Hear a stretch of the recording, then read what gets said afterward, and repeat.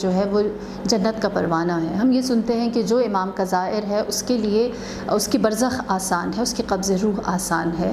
جو امام کا زائر ہے اس کا پسینہ پاک ہے، یا اس کے پسینوں کے اوپر فرشتے درود و سلام بھیجتے ہیں۔ جو زوار امام حسین ہے اس کے قدموں کی خاک بیماروں کے لیے شفا ہے۔ جو زائر امام حسین ہے اس کی مشیت میں فرشتے آتے ہیں، اس کے ساتھ فرشتے جاتے ہیں، پروردگار عالم اس کی دعا کو رد نہیں کرتا، اور بہت سارے فضائل جو ہم زیارت امام حسین سے منسلک مختلف اوقات اور ادوار میں سنتے رہتے ہیں۔ کیا وجہ ہے کہ اللہ نے جو مقام سید الشہداء کو دیا وہ کسی دوسرے کو نہ دیا، جبکہ جنت کے سردار امام حسن علیہ السلام بھی موجود ہیں، اور امام حسین امام حسن علیہ السلام کے بارے میں فرماتے ہیں کہ وہ مجھ سے بہتر تھے۔ لیکن جو زیارت کا ثواب امام حسین کا بیان کیا جاتا ہے، بالخصوص امام جعفر صادق کی زبانی، وہ کسی دوسرے امام و معصوم کے لیے اس طرح سے نہیں ہے جس طرح سید الشہداء کا ہے۔ کیا وجہ ہے؟ آپ سب نے سن رکھی ہوگی ایک داستان جس میں کہا جاتا ہے کہ ایک بادشاہ تھا جو سفر کر رہا تھا، راستہ بھٹک گیا اور ایک ایسی جھونپڑی میں آیا جہاں پر ایک ماں اور بیٹے، غریب ماں اور بیٹے کے سوا کوئی بھی نہ تھا۔ تو جب انہوں نے دیکھا کہ ایک مسافر آیا ہے، اس کو بطور میزبان انہوں نے ٹریٹ کیا۔ ان کے گھر میں ایک ہی دمبا تھا جس کو انہوں نے ذبح کیا اور اس کے لیے بہترین کھانے کا سامان فراہم کیا، اور پھر اس کو منزل کی جانب لے کر گئے۔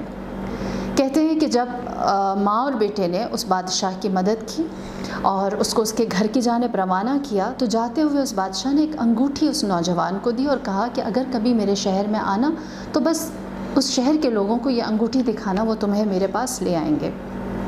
اس نوجوان نے وہ انگوٹھی اپنے پاس رکھی، کچھ عرصے بعد وہ شہر گیا، سوچا کہ اپنے اس دوست سے بھی ملوں جو میرے گھر ایک رات قیام کیا تھا، راستہ بھٹک گیا تھا، اور اس کو میں نے اپنی منزل تک پہنچایا تھا۔ کہتے ہیں جب وہ گیا، اس نے وہ انگوٹھی دکھائی تو ہر جانب ہلچل مچ گئی، اور کہنے لگے کہ بادشاہ کا کوئی مہمان آیا ہے، اس کو بادشاہ کے پاس لے کر جانا ہے۔ بادشاہ کے پاس لے جایا گیا۔ وہ نوجوان حیران، سوچنے لگا کہ یہ شخص جس کو ہم نے اپنے پاس رکھا تھا وہ ہمارا مہمان، ہمارا دوست، بادشاہ وقت ہے۔ اس کے لیے یہ بڑا ایک خوشگوار احساس تھا، اور جب وہ اس سے ملنے کے لیے گیا تو بادشاہ نے اسے دربار میں بڑی عزت کے ساتھ اپنے ساتھ بٹھایا، اور پھر اس نے درباریوں سے ایک سوال کیا۔ اس نے درباریوں سے پوچھا، کہا کہ مجھے بتاؤ کہ مجھے اپنے اس محسن کو کیا انعام دینا چاہیے۔ کسی نے کہا کہ آپ کو اس کو جواب میں انعام کے طور پر اس نے ایک دمبا دیا تھا تو آپ ایک ریوڑ دے دیں۔ کہا اس کا احسان اس سے زیادہ ہے۔ پھر کہا اگر ایسا ہے تو آپ ایسا کریں کہ اپنی دولت میں سے کچھ دے دیں۔ کہا اس سے بھی زیادہ اس کا میرے اوپر احسان ہے۔ یہاں تک کہ وہ ایک مرحلہ آیا جہاں پر بادشاہ کہتا رہا کہ اس کا احسان اس سے میرے اوپر زیادہ ہے، کہ آخر میں جو درباری تھے وہ یہ کہنے پر مجبور ہوئے پھر تو ایک ہی بات رہ جاتی ہے کہ آپ اس کو اپنا ولی عہد بنا لیں۔